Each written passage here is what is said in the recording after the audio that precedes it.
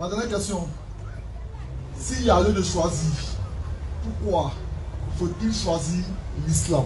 Très belle question. Très belle question.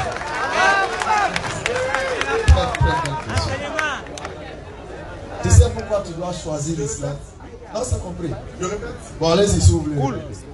La dernière de mes questions. Si il y a lieu de choisir, pourquoi faut-il choisir l'islam? Alhamdulillah. L'islam, soumission. Salam. Vas-y. Je vais prendre ça au rebond. Voilà, c'est ça. Voilà, moi, le dépôt, lui va détacher. L'islam, soumission totale à la volonté d'un seul Dieu, sans associer horizontalement, verticalement. Premier point. L'islam, pourquoi doit-on devenir musulman? En islam, pourquoi doit-on choisir l'islam? Pourquoi je dis voilà. Le musulman, d'abord l'islam pour être musulman. c'est ce que je dis. C'est-à-dire que tu peux même entrer dans l'islam et apprendre. Tu peux aussi savoir qu'est-ce que c'est l'islam avant d'apprendre. Mais Allah il dit, connaissez-moi avant de m'adorer. Si tu ne connais pas ton créateur des cieux et de la terre, tu dois l'adorer comment? L'islam a été donné par Dieu lui-même. C'est lui qui a donné la religion de l'islam. Elle ne porte pas le nom d'un individu. Par contre, les autres religions portent le nom des individus. Bouddha, bouddhisme, judaïsme, christianisme, brahmanisme, l'islam, soumission. Premier point. Deuxièmement, tous les musulmans de la planète Terre, ils prient de la même manière. Ils ont un seul Coran, ils ont la même langue commune, ils ont une seule direction de prière, ils se procèdent de la même manière, ils ont le même Dieu, ils croient à tous les prophètes, ils ont un seul lieu de pèlerinage, ils ont un seul mois de Ramadan et ils ont la même manière de se prosterner devant Allah. Deuxièmement encore, troisièmement, j'allais dire plusieurs fois, le musulman, bibliquement d'abord, coraniquement, il est demandé aux femmes de se voiler. Quelles sont les femmes qui se voilent? Ce sont les femmes musulmanes. Bibliquement, coraniquement, il est demandé aux femmes quand elles sont menstruées de ne pas rentrer dans les lieux de culte. Ce sont les femmes musulmanes qui respectent cela. Bibliquement, coraniquement, il est demandé de se prosterner pour prier. Quels sont ceux qui se prosternent pour prier? Ce sont les musulmans. Bibliquement, coraniquement, il est demandé d'enlever les chaussures pour aller adorer Dieu. Quels sont ceux qui pratiquent cela? Ce sont les musulmans. Bibliquement, coraniquement, il est interdit de manger le porc. Il est interdit de boire l'alcool. Ce sont les musulmans qui pratiquent l'islam qui est biblique. Et dans l'islam, on te demande de reconnaître qu'il y a un seul Dieu et Mohammed est son prophète. Tu es sauvé, tu vas au paradis. Par contre, chez les autres, on dit qu'il faut croire à la mort du Fils unique de Dieu. Un innocent qui vient, il pleure, il dit qu'il ne veut pas mourir. Dieu dit tu vas mourir bien. Parce que si tu ne meurs pas, ceux-là ne seront pas sauvés. Nous ne sommes pas dans ce genre de religion. Parce qu'elle a été donnée par des hommes, créée par des hommes, inventée par des hommes. C'est pourquoi l'islam, depuis elle est créée, les gens ne font que l'attaquer. Allah dit Wama karu wama karala. Wala khairul. Attaque-lui. Pourquoi choisir l'islam? Parce que, Romains 1, verset 5, eux qui ont changé la vérité de Dieu en mensonge. Et qui ont changé la vérité de l'Éternel en mensonge. Et qui ont adoré et servi la créature. Ils ont adoré et servi la créature. Au lieu du Créateur. Au lieu du Créateur. Est-ce que vous m'avez écouté? Qui est béni. Et relire encore. Eux qui ont changé la vérité de Dieu en mensonge. Et qui ont changé la vérité de Dieu en mensonge. Et qui ont adoré et servi la créature. Et ils ont adoré et servi la créature. Au lieu du Créateur qui est béni éternel. Au lieu du Créateur qui reçoit la bénédiction éternelle. Amen. Pourquoi choisir l'islam? Parce que l'islam te ramène vers le Créateur et non la créature. L'islam te ramène vers l'adoration du Créateur des cieux et de la terre. Pourquoi choisir l'islam? Parce que le Dieu, l'islam, du nom de Allah, oui, il se respecte. Claire. Et il se fait respecter. Il se respecte en ce sens que il n'est pas né d'une femme. Jésus est né d'une femme. Il se respecte en ce sens que on ne peut pas l'attraper pour le tuer. Hey. Il se respecte en ce sens que son sang ne peut pas couler pour sauver quelqu'un qui peut sauver Koul Faya. Il se respecte aussi en ce sens que il ne peut pas se laisser frapper comme Jacob a frappé Dieu. Bibliquement. C'est biblique ça. Donc le Dieu de l'islam, il représente et il démontre ce qui doit être un véritable Dieu. Qu'on ne peut pas percevoir, qu'on peut sentir. Il se manifeste. Je vous montrerai des signes dans le ciel, sur terre et en vous. 41, 53. Par l'observation, tu découvres qui il est, comment aller vers lui. Et tu réfléchis. Pourquoi choisir l'islam? Parce que l'islam t'honore. L'islam t'évite d'aller t'humilier, d'être esclave de la création, d'aller te prosterner devant des arbres, devant des statues, devant l'homme, mais de te prosterner devant celui qui a tout créé.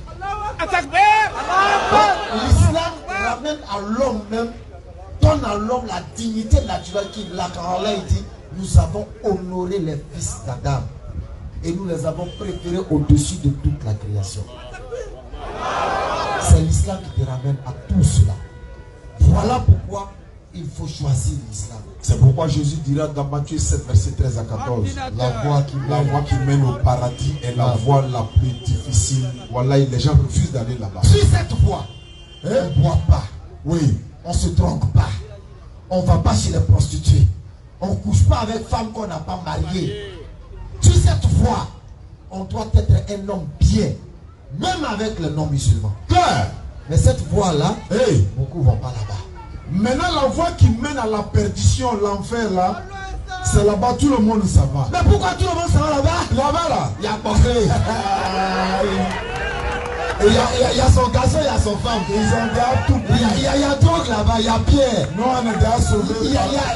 C'est fini. Il n'y a pas d'interdiction, allons seulement. Dans quel pays, dans quelle religion, dans quoi que ce soit, il n'y a pas d'ordre, il n'y a pas d'ordre d'interdit. Il faut des lois, il faut des... L'islam, c'est une religion ordonnée. Allah nous a créés, c'est à lui de nous demander comment on doit l'adorer. Ce n'est pas à nous de nous inventer une manière de l'adorer. C'est pourquoi en islam, on ne danse pas, on ne chante pas quand on adore Dieu. Mais on l'adore en esprit et en vérité. Jean 4, verset 24. C'est pourquoi dans la mosquée, tu verras que lorsque l'adoration commence, silence. Il y a un silence de méditation. Quand l'adoration commence, il y a un silence de méditation quant à ce que l'imam il est en train de réciter. C'est pourquoi tu verras que si l'imam il dit, au lieu de bismillah, il dit la bismillah, celui qui est derrière va dire subhanallah. C'est le code. L'imam sait déjà qu'il y a quelque chose. Il y a quelque chose qui ne va pas. S'il devait dire bismillah et qu'il a dit autre chose, celui qui est derrière va dire subhanallah. Donc l'imam sait qu'il a commis une erreur. Parce que nous sommes en méditation, nous sommes en connexion. Et c'est cet islam-là qu'on amène les gens à savoir et à connaître, même qui se trouve dans la Bible, que nous allons citer, avec des exercices de démontrer que c'est ça qui doit suivre. Néhémie 8, à partir du verset 5 et suite. Et suivez l'enseignement, s'il vous plaît. L'islam est public. Vous allez être fiers pourquoi vous êtes musulmans. Et on est dans la Bible, mais non pas dans le Coran. Prenez note. Néhémie chapitre 8, verset 5 et suite. Néhémie chapitre 8, prenez note, vérifiez à la maison, devoir à domicile. Esdras. Esdras qui est l'imam. Le scribe était placé sur une estrade de bois. Dressé à cette occasion. Le livre, s'il vous plaît.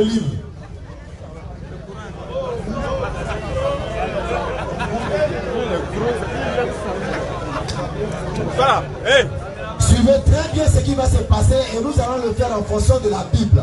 On n'est pas dans le Coran. Le verset s'il vous plaît. Néhémie chapitre 8, verset 4 et suite. Non. Esdras, le scribe était placé sur une estrade de bois. Esdras, elle représente l'imam. À cette occasion. Oui. Auprès de lui. Oui. À sa droite. Oui. Se tenait Matitia. La Safa commence par la droite. Shema. Oui. Anadja. Il est là. Iri. Lève la main, Iri. Ilkidja. Il est là. Et Maséja. Ils sont tous là. Et à sa gauche. Oui. Pédaja. Oui. Voilà. Michael. On commence pour venir encore. Malkidja. Oui. Ashum. Ashadana. Ils sont tous présents. Zacharie. Et Mashulam. Oui. Esdras ouvrit le livre à la vue de tout le peuple. Voilà, Koutouba va commencer. Car il était élevé au-dessus de tout le peuple. C'est ce jour-là, on lui a dit, c'est toi qui es l'imam de la prière aujourd'hui. Tu vas faire le serment. Et lorsqu'il eut ouvert, il ouvre le livre. Tout le peuple s'était à sa place. Safa. Bismillah. Esdras bénit l'Éternel. Alhamdulillahi Rabbil Alamin. Le grand Dieu, tout le peuple répondit. Amen. Et après avoir fait cela, et il s'inclinait. Allahu Akbar. Continue. Et il se prosternait devant l'Éternel, le visage contre terre.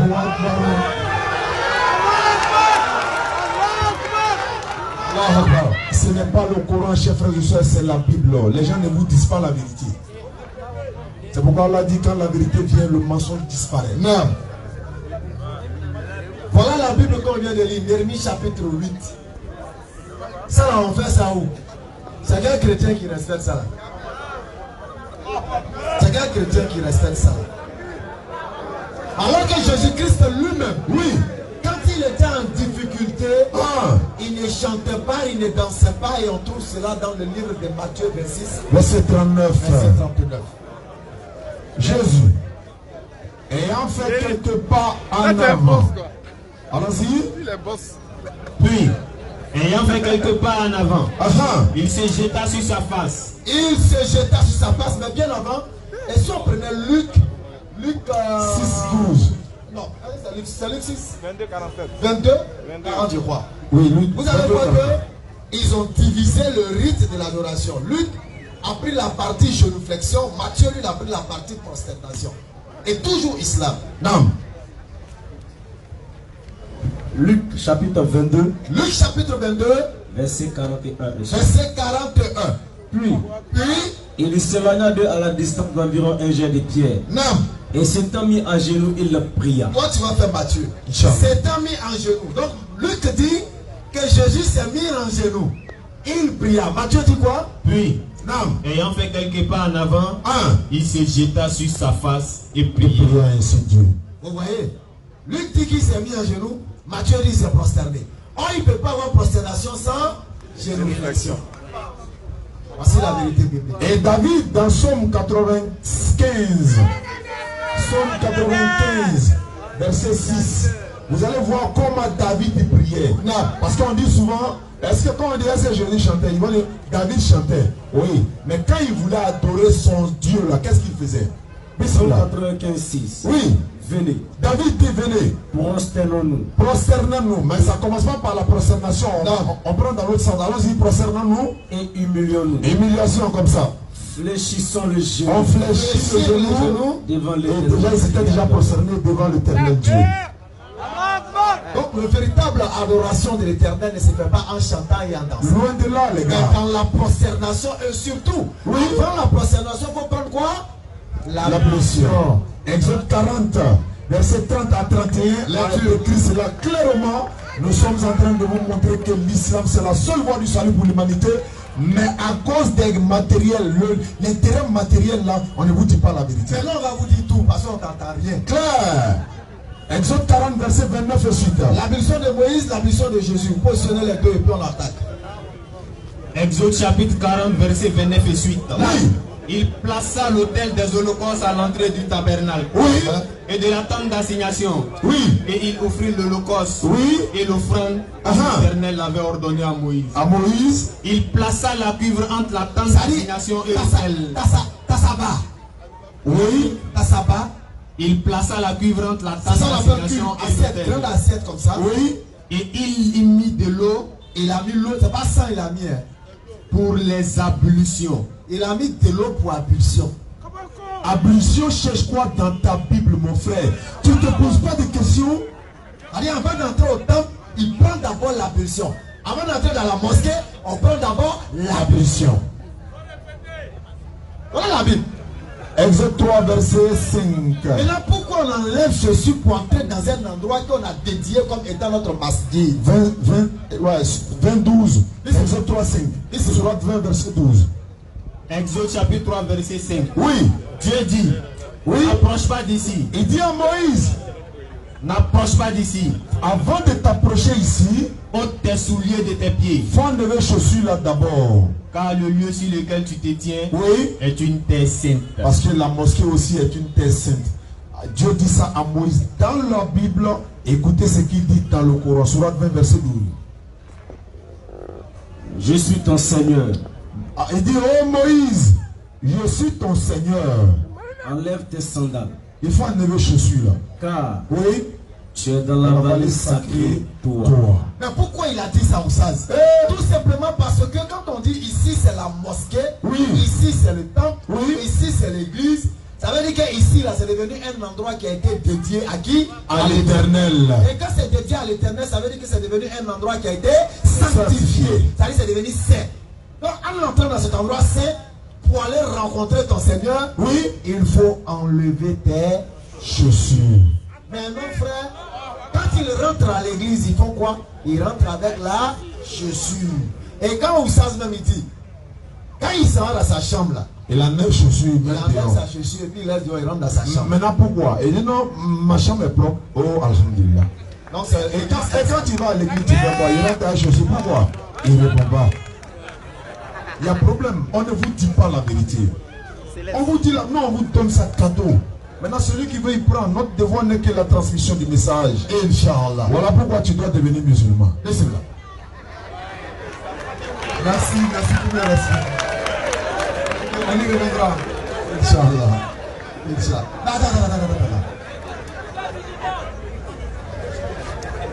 On a tout dit. Qu'est-ce qui t'empêche maintenant de devenir musulman? Je vais méditer là-dessus. D'accord. Comparer un peu les dits. D'accord. Et du coup, quand c'est fait, je me confédie. Ok. Pour que ça passe. D'accord. Mais avant, comme tu dis que tu vas réfléchir, parce que c'est même dit, hein, de l'autre côté l'on dit, de l'autre côté l'on dit, partout on le dit. Donc à moi maintenant, à moi c'est tout ce qu'on appelle l'intelligence, l'esprit de discernement, de comparer un peu. Maintenant tu sais pourquoi le forgeron, quand il met le fer au feu, puis quand ça sonne, il commence à taper. Pourquoi? Pour ne pas que ça prenne forme. Non, pour ne pas que ça refroidisse et qu'il ne puisse pas faire du fer ce qu'il veut faire. Oui. Ok? Donne-moi le jour de ta mort. Je ne sais pas. Non. Puisque tu dis que tu vas réfléchir, donc je suppose que ça peut être aujourd'hui sur le champ. Alors, et comme tu ne connais pas la date de ta mort, et tu me dis que tu vas réfléchir. À quoi tu vas réfléchir? Ce n'est pas ma première fois d'être là. Ça c'est, hier c'était là-bas. Là-bas aussi il y a eu des belles paroles. Donc il faut nous dire ce qu'ils t'ont dit là-bas. Plein de choses. Il faut nous dire tout. Que la vérité c'est toujours de l'autre côté. Pourquoi? Ils ont dit pourquoi? Faut tout dire, on va te montrer que ce qu'ils ont dit n'est pas vrai. Non, on ne peut pas ça. À moi maintenant, là-bas ils ont dit. Ils ont dit quoi? S'ils avaient dit, à moi maintenant de partir, de comparer, puisqu'en moi se trouve un discernement. D'accord. Face à Allah, que l'ange de la mort ne te visite pas avant cet instant. Amin, Amin Arabi. Allah, ça. Amin Arabi.